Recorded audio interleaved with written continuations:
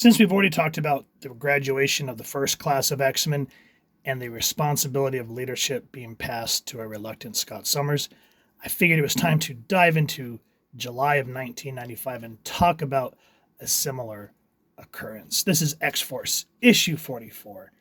Now, in terms of the X-Force books that we've gone over, we're still in the early Liefeld and Nikezia books, but I wanted to go over this one. So when we get to this point where Cable and Xavier are behind closed doors discussing the future of X-Force, I have no idea what's happened. Feel free to let us know down in the comments. We will eventually go over it. But the third-person narration of this book is Sam writing a letter back home to his mother, the Gerthies, and his younger sisters. At this point, Paige is already part of Generation X as Husk, and Sam is really worried about what the future holds for his team. You can see him and Boom Boom. They're like, I can't hear anything. Can you hear anything? I can't hear anything. And that's just Tabitha for you. So this is called Already in Progress. This is Jeff Loeb writing, Adam Polina pencils, Mark, what is that? Mark Farmer? Sure, inks. Chris Yiannopoulos doing the lettering, Murray Yankins. I'm having a hard time seeing these letters. We're just going to go with that. For colors, along with Electric Crayon, and then Bob Harris was the editor-in-chief.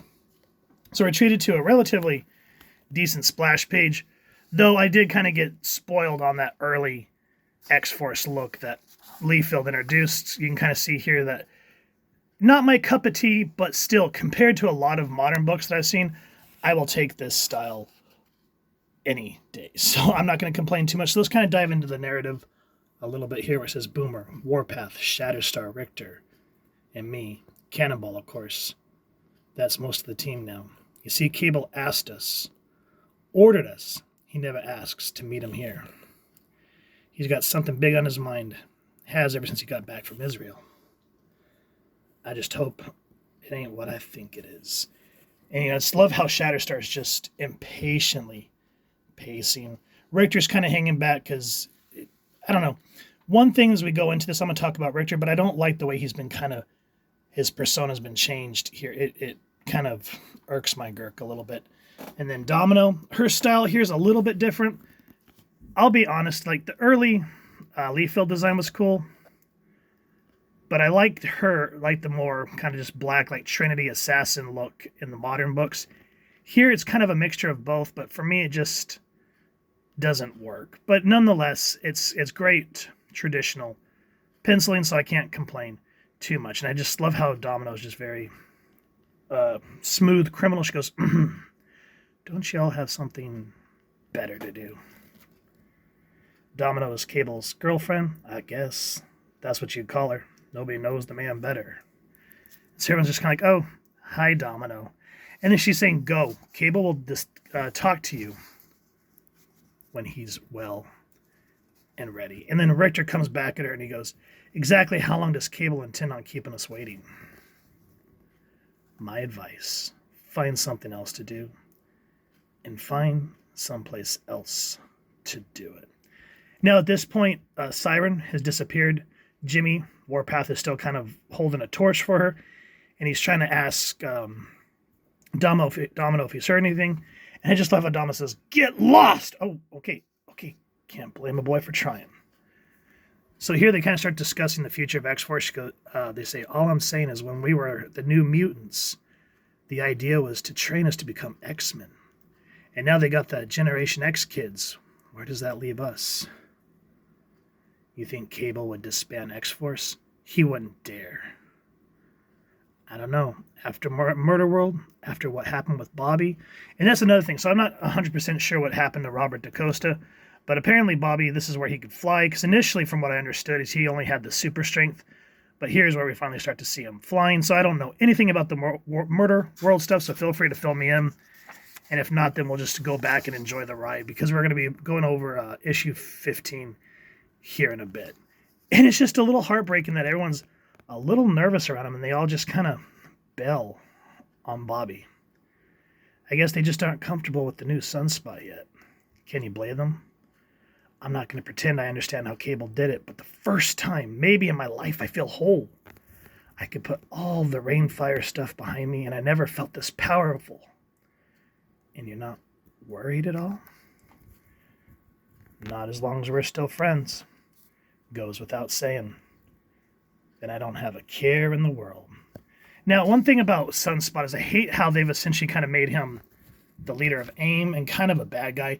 It just sort of bugs. The last time that I saw a real good dynamic between Sunspot and Cannonball is when they were recruited during Hickman's Avengers run. At first, I kind of hated it because they had a little bit of an ego, but as time's passed and I've gone back and revisited it, you would think they feel that way because they're young bucks that started as the New Mutants, then the X-Men, and now they're Avengers. So I can kind of get it.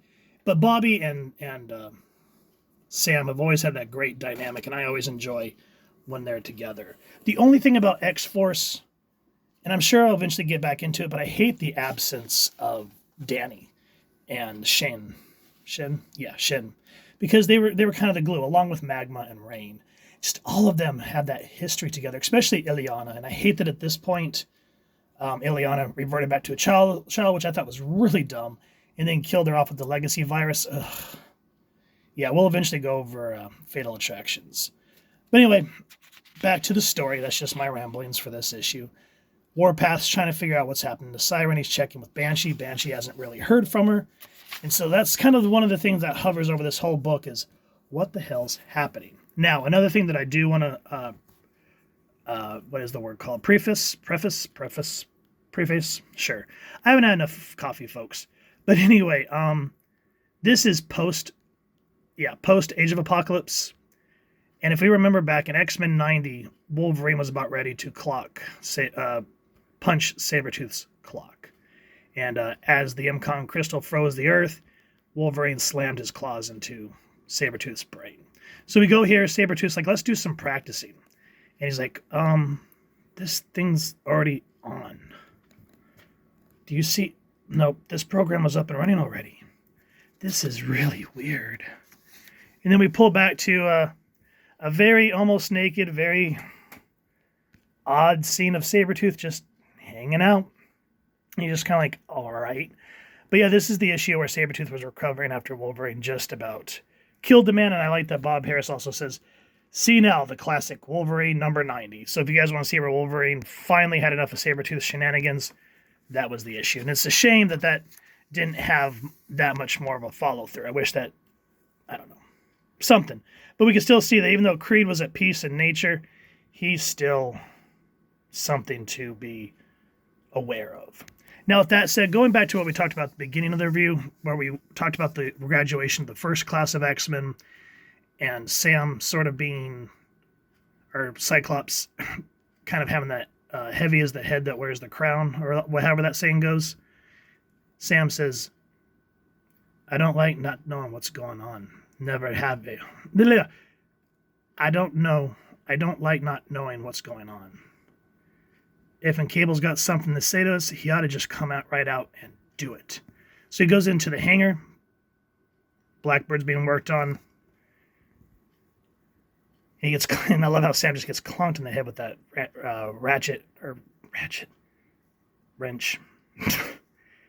He says, why don't you look? Here's your wrench, sir. And you just kind of see the respect that Cyclops sort of demands in his presence. But I like how Scott, even though he can be a jerk, he's still, to a degree, humble. How about you call me Scott, okay, Sam?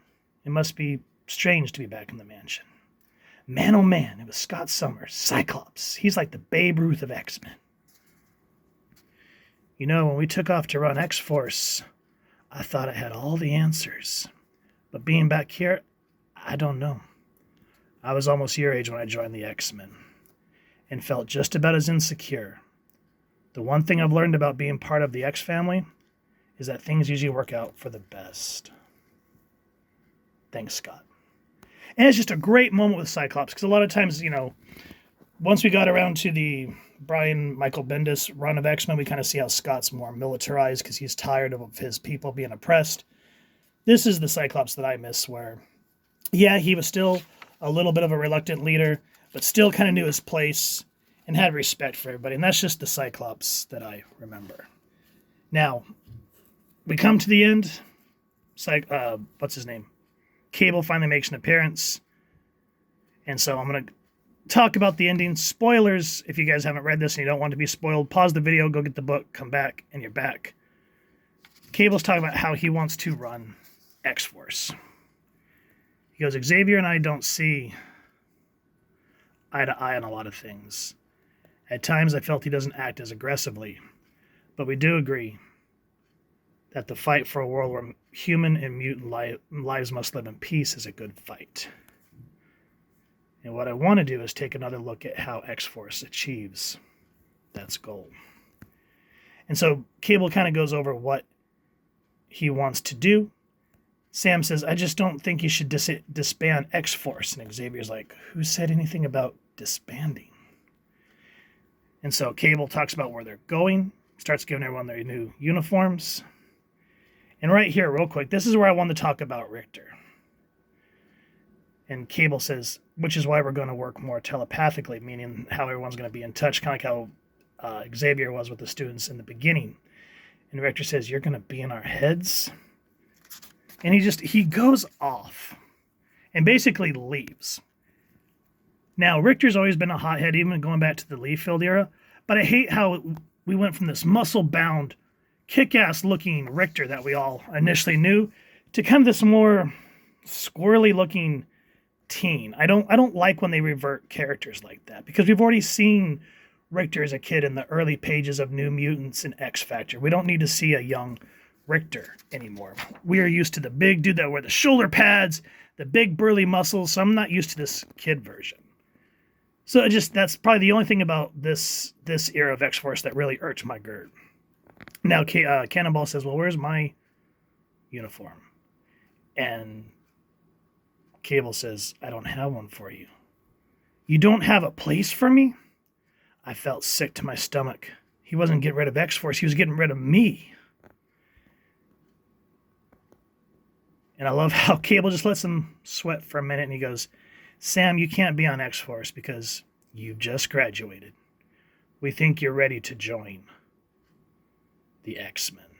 And you can still see, even though he's grown, he still has a little bit of that kid that we all remember from those darky early era of the New Mutants. And that's why I love Sam, is because even though he can be cocky at times like Bobby, because Bobby rubs off on him, we still see that kid that we all loved. And then we kind of see how the friendship between Shatterstar and Richter. He says, you can't leave. I need you. Julio, you're my best friend. And again, this is just not the Richter I remember. He just goes, and I'll always be there for you, amigo. You or anybody else on this team. All you got to do is ask. And he just straight up leaves X-Force. That's just, I don't know. That's just not the Richter that I know. Now, going back to Heavy is the head who wears the crown. Sam's not exactly leading the X-Men like he led New Mutants along with Danny. But we can see that he has a new step in his life, and he doesn't know what to do yet. He's not sure if he's really ready for this, but he's going to tackle it head on, just like Sam Gerthy always does. And I wish, to this day, they would have kept the relationship between him and Boom Boom going. What's going to happen to us being on different teams? It'll be hard, but if we want it to work, I want it to work, Sam. I do. And so he gets a report they has to get with the X-Men, and he goes, now go be with the guys. I'll be okay. And so we see Sam Gerthy growing up. That's just awesome.